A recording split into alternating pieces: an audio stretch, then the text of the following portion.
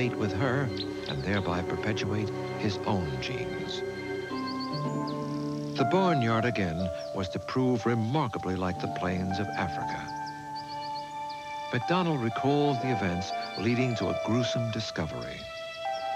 As I watched at the communal den with these 4 sets of kittens all together, 9 kittens in total, the scene was really a very intimate one. The kittens were, as you can imagine, a chocolate box scene in amongst straw bales. Their nest was built in amongst a stack of bales, and a narrow passageway led into the kittens, and they were all just piled on top of each other, and each mother would come and go from that den, each suckling the kittens indiscriminately. And on this occasion, I was watching this nest of kittens, and in slunk the male.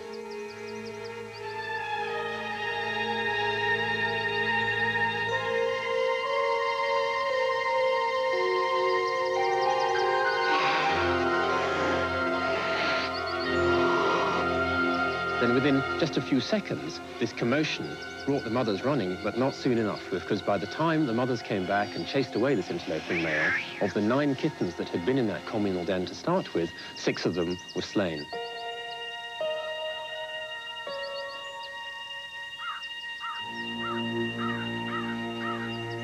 So I think we've come up with 2 answers, both of them perhaps rather surprising, to why cats may benefit individually from living communally. One of them is that they can look after each other's young by sharing the load of nursing, and the other is that females may be able to repel murderous males.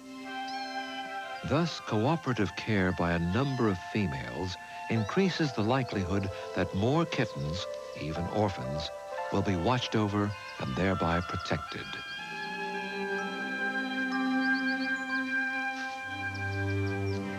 What other unexpected parallels may exist between these barnyard lions and their wild cousins is yet to be discovered.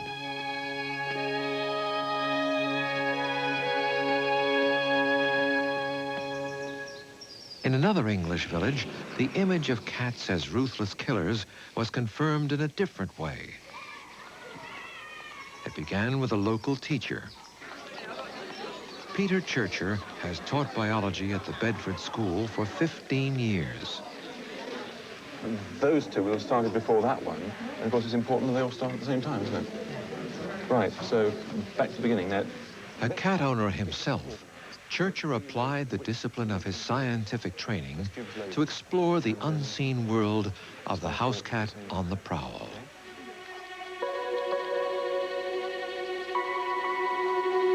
Throughout England, indeed in much of the world, cats are let outdoors to roam the neighborhood at will.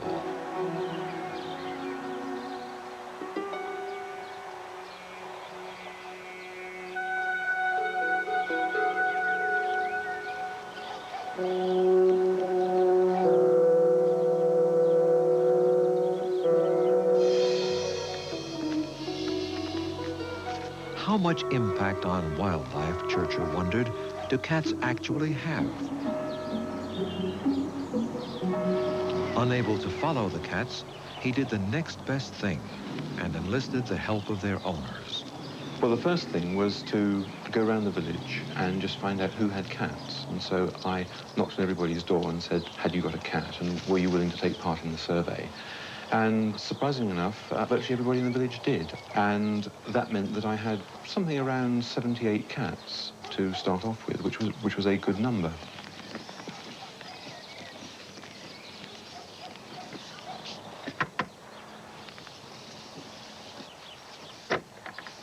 Oh, hello. Morning, Marjorie. Have the cats called anything this week? Yes, one little body for you. Ready and waiting. Thanks very much. Well, that's nice. No, that's a field vole. Who caught it? Eccles.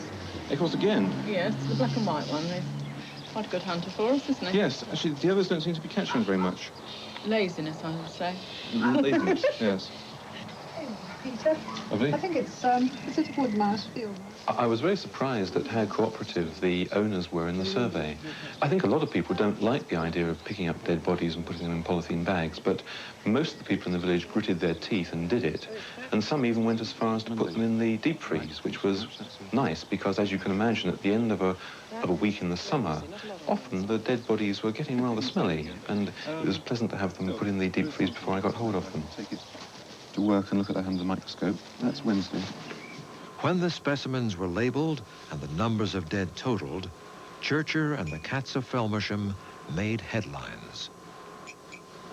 There was quite a reaction by the media when we published, because if you extrapolate the figures for Felmersham over the whole country, you do come up with some sort of fairly big sums. So, for example, if the cats in Felmersham caught 14 animals each during the course of a year, we know there are about 5 million cats, domestic cats, in Britain. So that means that 70 million small mammals and birds are caught by cats in a year. And so the domestic cats, in spite of their reliance on man for food and a lot of other things, are still remarkably independent. And I think what our survey has shown is that they're also very important as predators on the ecological stage. Churcher does not propose that cats be confined indoors. Others insist it is essential, not just for the wildlife, but for the safety of the cats themselves. While debate continues, one thing is certain. In every well-fed cat by the fire lies a dormant tiger, primed for the thrill of the hunt.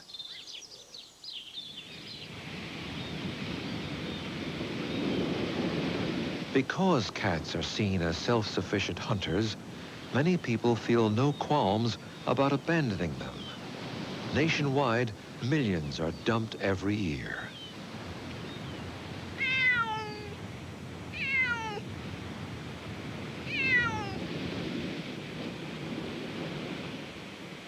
Near Oxnard, California, animal welfare activist Leo Grillo has tried for weeks to trap 2 cats living in this jetty. Such brutal conditions are a death sentence for cats, and he devotes his life to rescuing them. When the winter hits, these rocks are really cold, and the waves are cold, and the mist is cold, and the fog is cold. The cats are cold. And everybody thinks they have a fur coat, they're going to be fine. And it's always like this, and when it's a bad winter especially, it's really pitiful. Here at the farthest tip of the rocks, the cats have retreated from the taunts and bottle throwing of uncaring strangers. But they are also completely cut off from fresh drinking water, so Leo baits his traps with it. Hi, Jet. He has named the cats Marina and Jetty because of where he found them. Come on, Jet. Come on, Jet. Come on.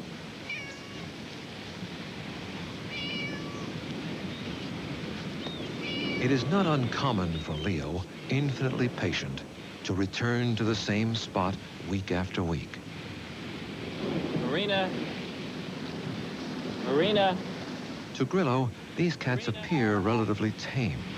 Clearly, they were not born wild, but raised in the comfort of a human home.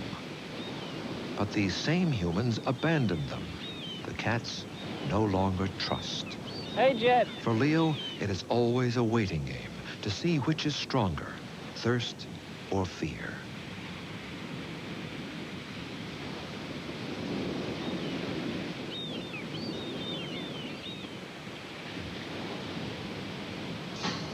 Atta boy. I'm coming down. All right, Jet. All right, here you go. When I get a cat, and those traps are set, and I get a cat to go in the trap, and that door comes down and slaps, that is the most exciting feeling. And that little saga, that little story, the trips to this one little rock to feed that one little cat is now over. It has an ending. After weeks of failed attempts, this day would finally bring success. Easy. Easy. Tired but exultant, Leo would trap both Marina and Jetty and bring them back to a world of care and love. Grillo runs 4 licensed shelters in California, but they are only for animals he himself has rescued. An ever-changing number of cats and dogs live out their lives here. If it gets too crowded, he says, I just expand. Leo and family live nearby with 60 cats. This ranch house is home to more than 150 at last count.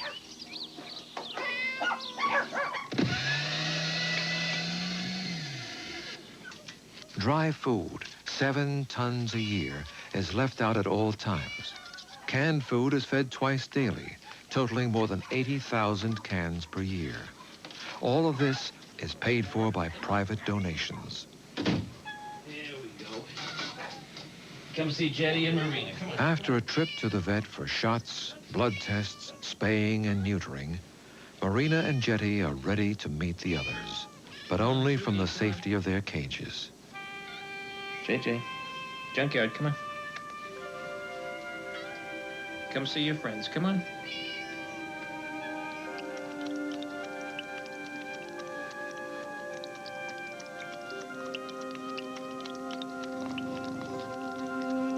This cat is in ecstasy just to have food.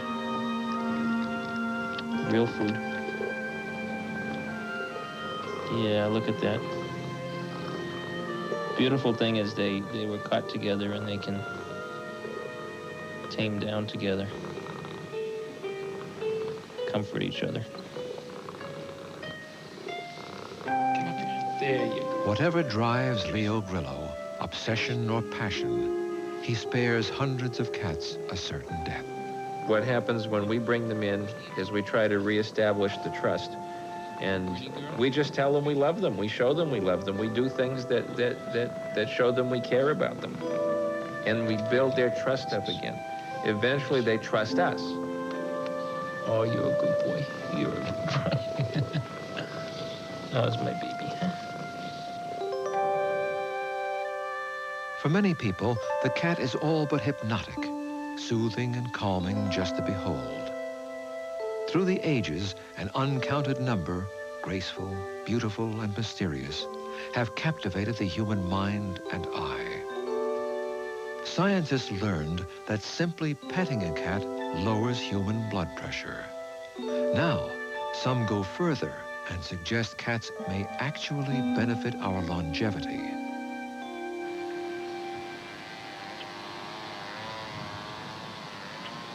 In a small town on Long Island, one innovative woman is playing a role in the sweeping changes in healthcare.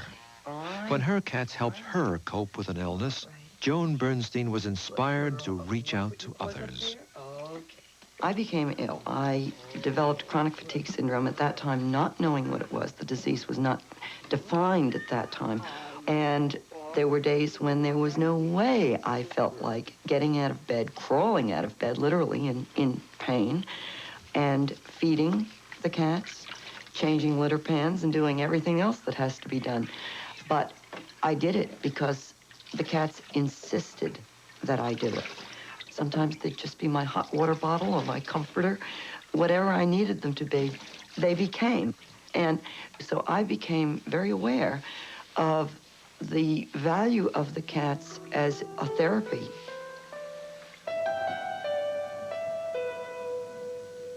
Lonely, often forgotten, the institutionalized elderly have been cut off from a lifetime of friends and memories.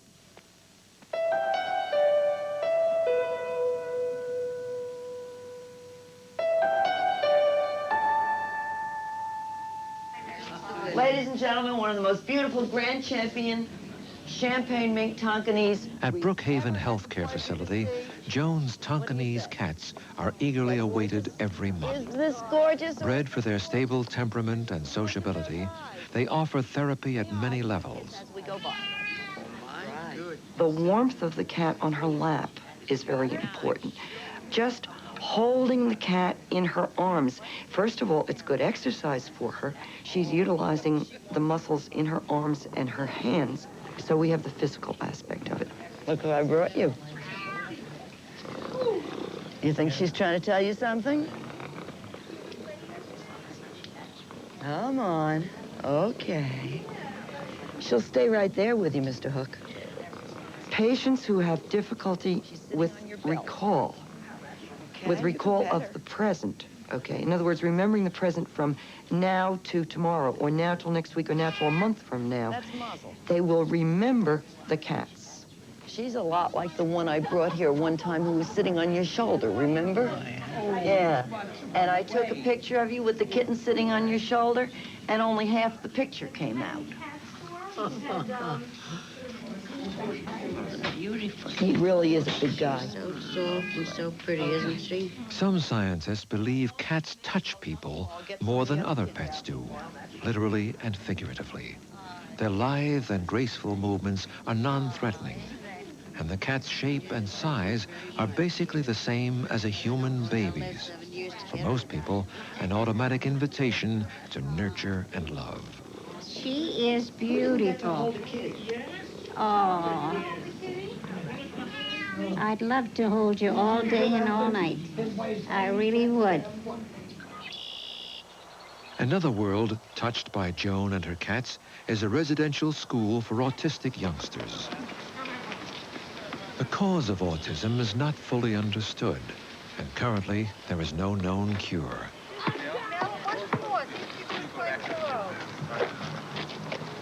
Hello.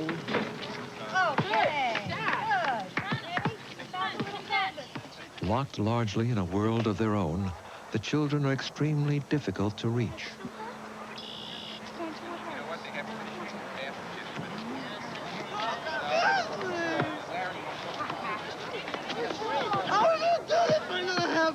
Some, like John, erupt uncontrollably. Easily frustrated, he often reacts with raging tantrums.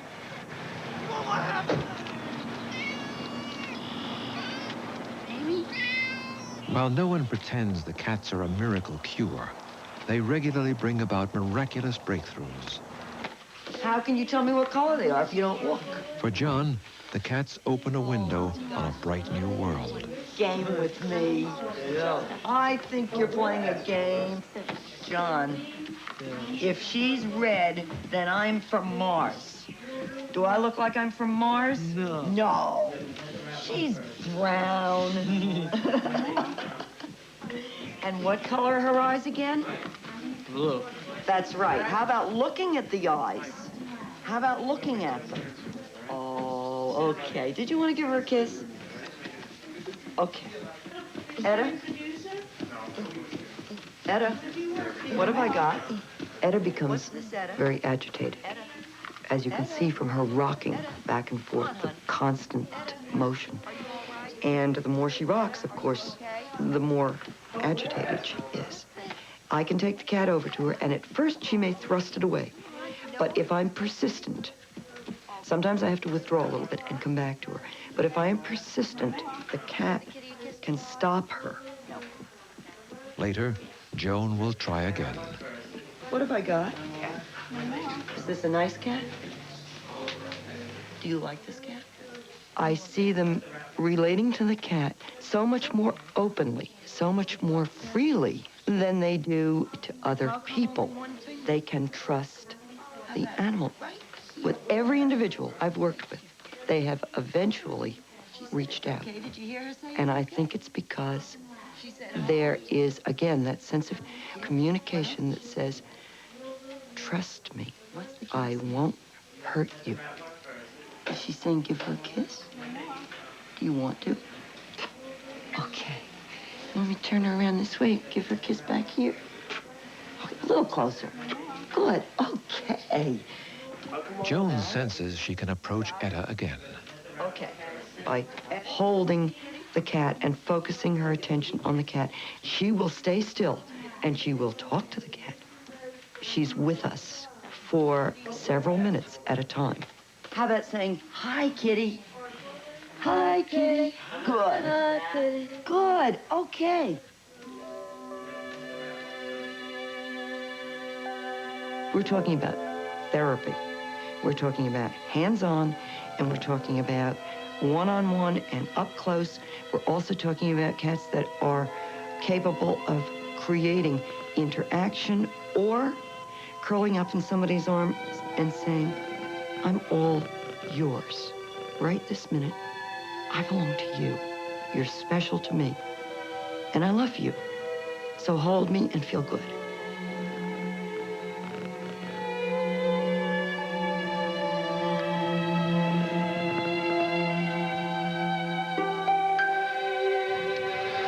It was said that a long time ago, probably in our own golden age as gatherer hunters, that we could talk to the animals and they would talk to us. And I think part of understanding felinese is that we can learn the cat's repertoire and have a deeper communication and communion with our cats.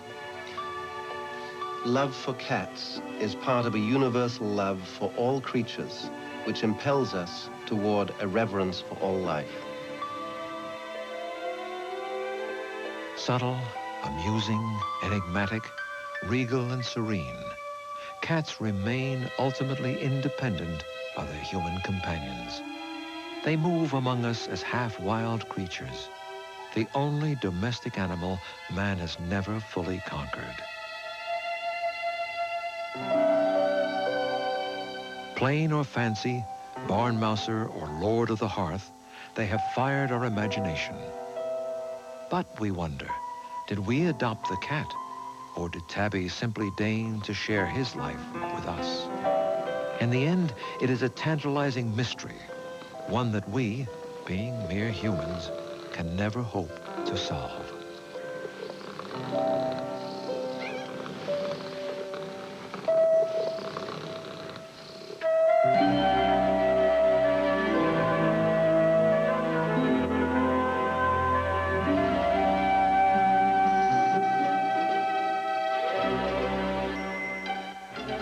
See a Soviet Union special on scientific American frontiers, next at 9 on Channel 10.